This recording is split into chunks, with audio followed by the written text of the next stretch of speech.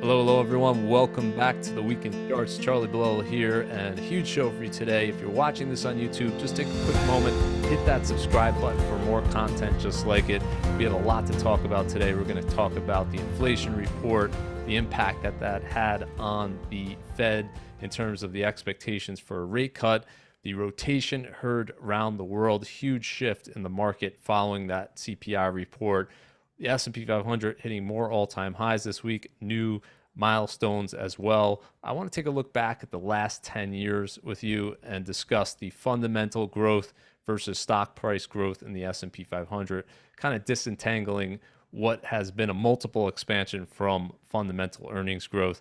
Costco, just one of the best performing stocks, obviously, in the last 30 years, hitting its highest valuation ever. So we'll take a look at that.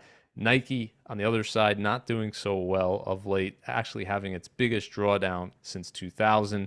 And we'll end, as we always do, with something positive. And that would be what I call the most important chart in an economy. All right, so let's talk about that inflation report. Down goes inflation is the headline. And for once, it wasn't just a lower rate of inflation. We actually saw an outright decline for the month of June. Prices going down 0.1%. That was the biggest decline in prices that we've seen since May 2020 during COVID, when prices briefly went down. But if we look at the year-over-year basis, obviously prices still going up, but they're just going up less. If we look at the headline number here, below 3%, this is the lowest headline number we've seen since March 2021. And below expectations, the consensus estimate was for a 3.1% increase, so better than expected. And the core number here, 3.3%, lowest since April 2021, and better than expected as well. The expectation was for 3.5% number. So what's the trend in core inflation? Lower, as you can see here. We peaked in September 2022 at 6.6%. And now we're down to 3.3%. And the expectation is this is going to continue in the coming months. And the next few slides, I'll show you why that's the case. But looking at the breakdown in terms of the major components here, you can see it's been a broad-based decline in the inflation rate. So it's not just one factor that's kind of bringing it down. It's most of the factors. So here I'm comparing the inflation report in June 2022, when CPI peaked at 9.1%, which was the highest inflation rate we've seen since the early 1980s, to the June 2024 number. And you can see I highlighted in green here in this box all of the components that are lower today than back then. And so with the exception of transportation, which is still a little bit higher, all of the other major components have a lower rate of inflation today than back then. And we can see things like used cars are actually going down year over year. Gas prices lower, a little bit lower than a year ago. New cars actually starting to hold the line, actually down a little bit over the last year. And the rest of these components just with a much lower rate than we saw back in June 2022. What's the biggest factor by far in terms of the inflation report? It would have to be that shelter number at over a third of the index, and over 40% of core inflation is that shelter CPI number. And the good news is it continues to trend lower. You can see here it peaked at 8.2%. That was the highest housing inflation we saw since the early 1980s, and now we're down to 5.2%. And month after month, we have to discuss this gap between shelter CPI, which is a severely lagging indicator, and the real-time data, which is looking at real-time rental data from Apartment List, actually showing a decline in rental prices over the last year. So the expectation is this is moving down with a lag, so we're going to continue to see lower rates of shelter CPI in the coming months, and that should help push down especially the core inflation, but likely overall inflation as well, assuming the other components don't move higher. And if we exclude shelter from the CPI and we kind of just get a look at everything else, we can see here for a while now it's been around 2%. It's a little bit lower than 2% now at 1.8% over the last year. So if the Fed's obviously looking at this, Jerome Powell was talking about the shelter number recently and saying how he understands that's a lagging indicator. So I don't think they have to wait until this number comes down, even though it's the biggest component, to come down to 2% before they start cutting rates. I think they're going to be looking at the price index excluding that shelter because of that long lag in making their decision. So if we look at housing inflation, this is an interesting chart here, kind of showing you the divide between inflation for people who already own a home and inflation for people that don't yet own a home, new home buyers. You can see a huge difference here.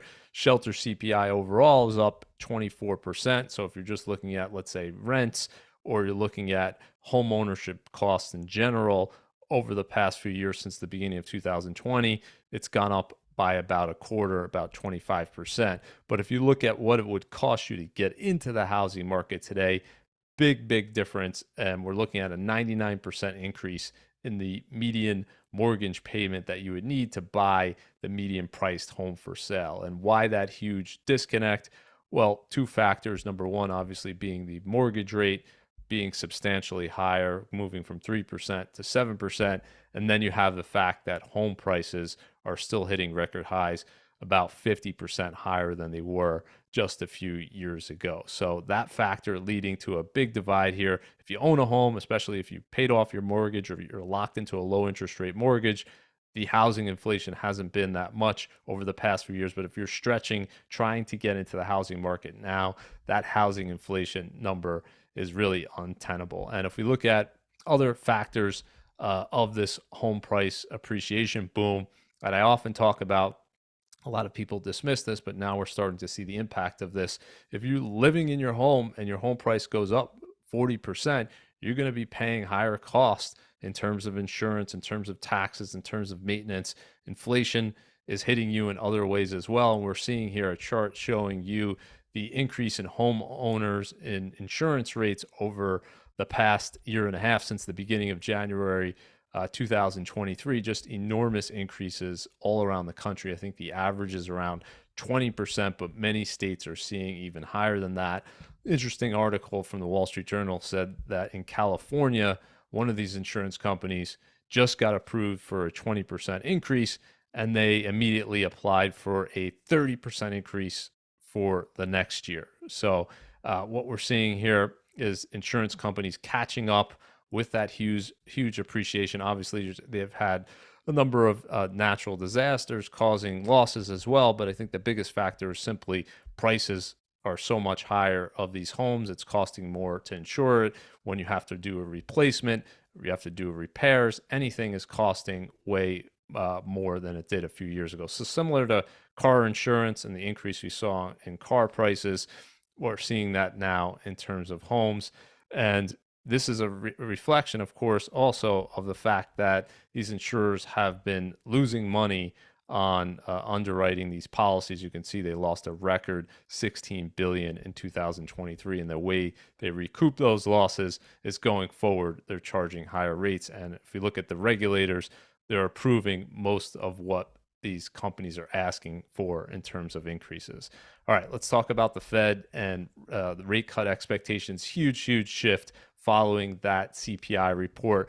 Investors were already starting to move closer to that September hike, but it really became solidified with that inflation data. And Powell also did a few speeches this week, and in one of them, he's talking about, in a Senate Banking Committee, he's talking about inflation is not the only risk that we face, talking about how the labor market has cooled across many measures and how that labor market now is not a source of inflationary pressure. So we talked about this last week, that the Fed has that dual mandate where it's looking at inflation and employment. And for the past 2 years, it's been really just focused on inflation because the employment market was so hot, so tight, doing so well. But now with that unemployment rate moving higher, moving up to 4.1%, with wage growth starting to cool, with the labor market loosening, that balance is starting to shift in the other direction. And clearly, the market is saying that something has changed after that CPI report. We're now seeing a 94% implied probability of a September rate cut. So moving down at least 25 basis points at the September meeting. What I always say in terms of the Fed is they do exactly what the market expects it to do. So if this is the odds heading into that meeting, the Fed will indeed cut rates. But I think at that July meeting, which is coming up in a few weeks, I think they'll really signal what they're going to do. So if they're going to do that 25 basis point cut, I think they'll probably make it pretty clear at that July meeting that they're going to do that. So what is the market expecting? Beyond that September meeting, it seems like another cut, at least another cut, is priced in before the end of the year. Whether that happens in November or December, we'll see. But for the year after, it's looking at 4 more cuts. So in 2025, 4 more rate cuts. So essentially looking at 6 cuts between now and the end of 2025. And again, beyond the next meeting, you can throw all the rest of it out, because really any data point, any changes in the markets can change this dramatically. But this is what the market is expecting today. And we've talked about how entering the year, the market was expecting a number of cuts to already have taken place by this point, and that got pushed back by the higher inflation data. But now really the balance is shifting, especially with that employment data that we got recently, and now this CPI report, which is getting the Fed more comfortable saying that inflation is going to go back to 2%. Now, what would be the impact if the Fed starts cutting rates? Well, it's going to impact anything that has sensitivity to changes in interest rates. Number one would be things like credit card rates. You can see here still near record highs, 21.5%. So those with credit card balances obviously under increasing pressure. We're actually seeing the highest delinquency rate since 2011. So you're going to get some relief there. Of course, 25 basis point cut is not going to be huge, but at least something moving in a lower direction. If we're looking at new car loans here, we just hit the highest level for interest rates on new car loans since May 2001, 8.65%. So lower interest rates will likely bring that down as well. And what impact will this have on the car market, which has been softening? Well, that certainly you would expect to see a little bit more demand. So a lot of people finance the cost of cars. I think over 80% of new cars are financed, and a high percentage of used cars as well. So what has been helping bring prices down, which is kind of was the goal for this policy in terms of restrictive monetary policy, what has been helpful is these high interest rates. And so we'll see, again, if the Fed cuts rates, if that'll start to change things. It all depends, I think, on how fast they cut rates and how much they bring them down. 25 basis points is not going to make a huge difference. So it's really what they follow that up with, that initial cut. So what else is the Fed looking at in terms of rate cuts? They likely won't admit to this ever, but I think this is definitely a factor in them choosing to cut rates in September, is the fact that this interest expense on our national debt is becoming more and more problematic. We're now almost at 1.1 trillion, another record high, and we're adding debt at a rapid pace.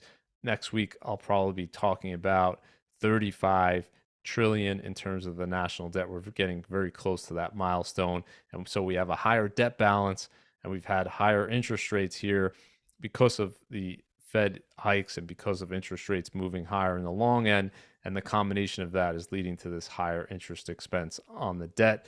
And so far, we're simply borrowing more money to pay for this interest on the debt. But at a certain point, it becomes more problematic. So I think this is definitely a factor. Again, the Fed won't admit to it. They like to say that they're independent. But I think the historical evidence has kind of shown otherwise. And Powell, if you go back to what he was saying in early 2021, he was very influential in saying that we should do a third round of stimulus. And he also said that that wouldn't have an impact on inflation. And boy, was that wrong. So I think he kind of is in the back of his mind saying, well, I helped cause this problem.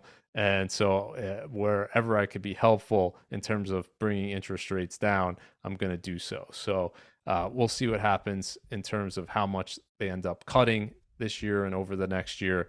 But I think this chart here, regardless of what the Fed do, is going to continue to go up because it's still not one of the top few election issues that people are talking about. And finally, in terms of interest rate cuts and their impact, the bond market is starting to move ahead here. And we saw this last year happen very quickly, and we're seeing it happen again here. last year when Powell made those comments at the December meeting, investors got very excited and the bond market had one of its best 2-month rallies in history. And now we're seeing another big surge here higher. This is the aggregate bond ETF is now positive again. Year to date, it was down a few percent just a month and a half, 2 months ago. And so turning into a better year for the bond market. Still not great, but certainly better. And if interest rates were to start really falling ahead of that September meeting, you're going to see higher returns. And just highlighting this chart again that I put together of previous Fed rate cutting cycles. And you can see here, this is looking at the Bloomberg US Ag bond market return here. And you're looking at better than average returns pretty much every time we've had a rate cutting cycle. So bond market tends to do well during rate cutting cycles. Again, big question is how much the Fed ends up cutting, but historically it's been received as good news for the bond market. So regardless of what the Fed ends up doing, you should make sure you're positioned well for the years to come in terms of your portfolio. And we can help with that at Creative Planning. I'll have a link in the show notes, creativeplanning.com/Charlie to get a free wealth path analysis. We'll take a look at your portfolio. We'll take a look at your financial plan. We'll take a look at things like taxes, which are extremely important, and help you make some strategic decisions that will help improve your tax situation. And we'll also look at your estate plan. So do you all have all of your estate documents in order, and what changes should you make there? So request your free wealth path analysis at creativeplanning.com/Charlie. I'll have a link in the show notes. And Creative Planning, we're in all 50 states, so you likely have a location right near you. 300 billion in assets under management and advisement, and we're here to help. So number 3, I want to talk about the rotation heard around the world. And it's very rare that you have a trading day like we had on Thursday of this week. Just an unbelievable move in a number of different asset classes. And really all of the secular trends that were persisting for really over a decade reverse course, at least for this one day. Well, will it continue or not? That remains to be seen. But for this one day, you just saw a remarkable reversal and rotation in a number of different asset classes. And I've been talking about this for weeks. So this is not a big shock in terms of what these secular trends are. Number one would be the relationship between large caps and small caps, with large caps just simply dominating small caps, highest relative strength since 1999. The other big one being growth to value ratio, highest since the peak of the dot-com bubble in March 2000. And then there's other ones as well, US versus international, obviously, and things like the dollar outperforming currencies pretty much around the world, especially the Japanese yen. And so a few days before this inflation report, I highlighted the returns in the S&P 500, really showing you the huge differential between the biggest stocks in the index and as you go down to the smallest stocks in the index, what a huge differential we saw. We saw the 50 largest stocks up 13% on the year, and the 50 smallest stocks in the S&P 500 are actually down 12%. And you can see a pretty strong relationship between size in terms of market cap and year-to-date performance. Now, what happened on July 11th? After we got that inflation reading and after the expectation that lower interest rates are going to come at in September via the Fed rate cut, what we saw is a reversal of all of these secular trends. So the losers became the winners. So things like regional banks, small caps, REITs, Japanese yen, long duration bonds, value stocks, emerging markets, international stocks, all positive on the day. And the winners, the previous winners, all became losers. So US dollar was down, large cap stocks, S&P 500 was actually down on the day, growth stocks down, NASDAQ 100, the enormous 8 stocks, Apple, Amazon, Microsoft, Google, Netflix, Meta, Nvidia, Tesla, all down on the day. And semiconductors, obviously the best industry of the last decade, down as well, and tech stocks in general down. So just a crazy multi-standard deviation event in terms of this spread between a lot of these relationships. And what I did in a chart here is show you the spread between the Russell 2000 ETF, IWM, and the S&P 500 ETF. This is daily percentage moves. So taking the Russell 2000's return and subtracting the S&P 500's return for days going back to the start of this ETF, Russell 2000 ETF in May 2000. And you can see here a 4.5% spread. So small caps outperforming large caps by 4.5%. That was the second highest spread on record. Only October 10th, 2008 was higher. And this was a 6 standard deviation move. So just an enormous move. And it shows you, of course, that markets don't follow a normal distribution, because a 6 standard deviation move mathematically should only occur once every 1 billion years or so. And of course, we saw an even bigger move back in October 2008, a 10 sigma move, which really shouldn't happen ever in the history of the universe. But these things happen all the time in markets, and that's because markets don't follow a normal distribution. They have fat tails. And so we'll see these types of moves again, but still a remarkable day. We don't usually see everything reversing in terms of a single trading day, things that have been going on for years. So the big question, of course, is this the end? Is this we're going to look back and say this was the shift where small caps start to outperform, value stocks outperform, international stocks outperform? We'll only know the answer to that in hindsight, but certainly all of these things were stretched to the extreme.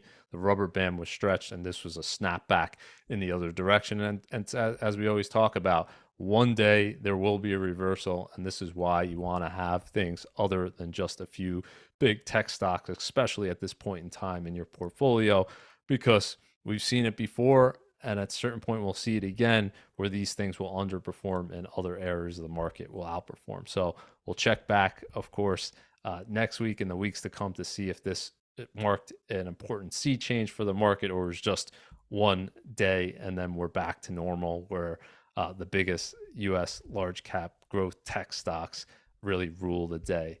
But what a story for that one day, at least for these other asset classes. And things can change in a hurry. So we'll see what happens in terms of momentum. If it starts to shift, people can pile on. Remember, the rate cut isn't coming until September. Will these trends continue? The story, the narrative behind it is that higher interest rates have been worse for smaller companies, and there's fundamental truth for that. It's definitely been worse for banks. It's been worse for REITs. It's been worse for things like housing related stocks. So will these things start to see a boost if interest rates start to go down heading into September and beyond? So that'll be very interesting and important to watch. Now, market in general, yeah, S&P was down a little bit on that day. As I'm recording this, it snapped right back on Friday here. Today, we'll see where it ends the day. But the S&P 500 has been hitting, in recent days, an all-time high. Pretty much every single day, we had 6 days in a row with an all-time high, 37 so far this year. So again, one of the strongest starts to a year in history. We hit another 100-point milestone for the S&P 500. You can see them piling up here, 5,600. Remember, the top strategist prediction heading into the year was, I think, 5,400. So we're ahead now by over 200 points of the top strategist prediction entering the year. And if we look at the best starts, 18% now for the S&P 500 through 131 trading days in the last 25 years. Only 2019 has a better return than this year. So just a remarkable start to the year. And it's not just the advance that's been remarkable. It's done so with very, very low volatility. We can look at that in a number of different ways, but here I'm showing you the average VIX level this year, 13.8, well below the historical average VIX, 19.5. And this would be, if this holds, the least volatile year we've seen since 2017. If you remember 2017, that was pretty much one of the smoothest markets we've ever seen in history. The market was up, I think, every single month that year. We had record low levels in terms of the volatility index. So it's not just that the S&P 500 is up so much in this short period of time. That's remarkable. It's done so with very little volatility. We had that brief correction around 6%, but the market rocketed right back to new all-time highs. I want to take a look here at the last 10 years comparing fundamentals to stock prices. So when the market's hitting all-time highs pretty much every day, it's up 18%. You have a lot of people saying a lot of different things. So I want to disentangle kind of what has been fundamental growth over the last 10 years versus multiple expansion. And this chart here really illustrates that. The S&P 500 sales per share are 58% higher than a decade ago. Earnings per share are 95% higher, and the S&P 500 index, the price of the index is 188% higher. So you can see here, it's not just the case that fundamentals have improved, the index has gone up well in excess of that. So how does that happen? Well, it's very simple. Investors are more optimistic today than they were 10 years ago. So they're assigning a higher multiple on earnings and a higher multiple on sales. We'll start with sales here. You can see the S&P 500's price to sales ratio is getting closer to a record high here. We're almost at 3x sales. The record high was in 2021, late 2021, where we went a little bit above 3 times sales. So you can see here, huge multiple expansion over the past 2 years here, and well above, almost double the historical median going back to 2000. And if we look at earnings here, somewhat similar. We're at 25.8 in terms of the S&P's P ratio, looking at operating earnings. That's the highest also we've seen since 2021, and well above, I think we're about 40% now above the historical median. So stock market is trading more on the rich side. Is it at a record in terms of P ratio? Not yet. The CAPE ratio is approaching 2021 levels and still not as high as it was in 2000, but certainly moving to that end of the spectrum. So what investors need to see, of course, as we're entering earnings season, is we need to see a catch up here. So there's a lot of expectations embedded in this index price increase, which is saying investors are expecting earnings growth to be huge in the coming quarters. And if that's not the case, well, then you have potential for disappointment because you have this multiple now well above the historical medians. Let's talk about multiples for Costco here. Costco being one of America's best performing companies over the last 30 years. Everyone loves Costco. I love Costco. The stores are absolutely flooded with customers, and growth has been tremendous. And all of that is true, but I have to talk about valuation here because it's starting to get to somewhat extreme levels here for this type of company that doesn't tend to have high price to sales ratios because the margins are pretty thin. And if we look at Costco's price to sales ratio here, 1.55 times sales, about triple now the historical average.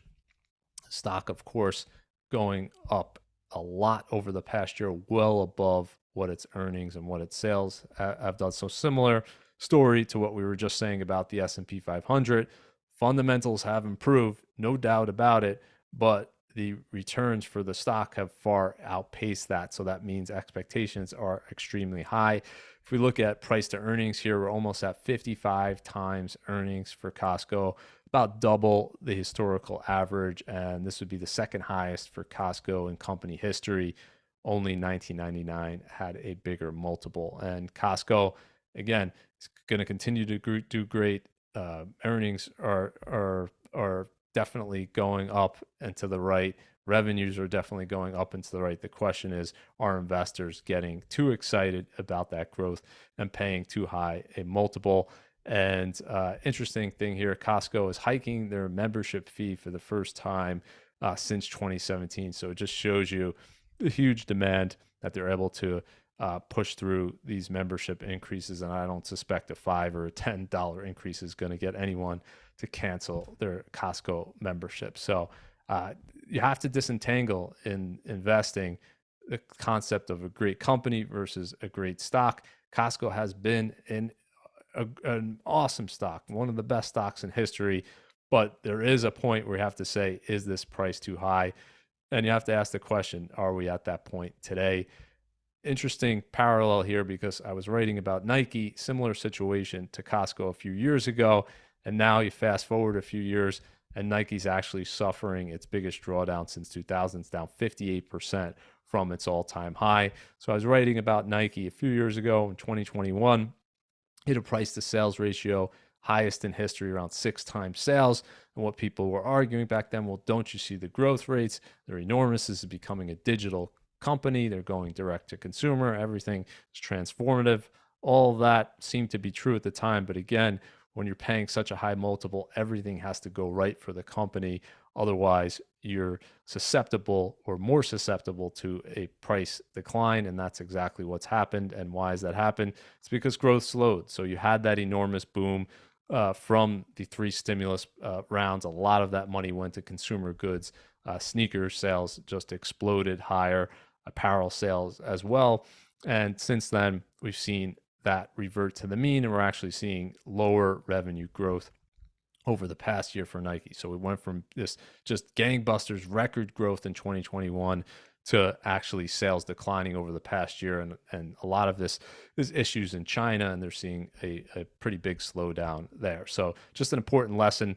When a price is high for a company in terms of its valuation, everything has to go right for that company. Otherwise, it can be susceptible to decline. And it's kind of crazy with the market hitting all-time high after all-time high that you can have individual stocks like Nike down close to 60% from their high. So want to end, as we always do, with something positive.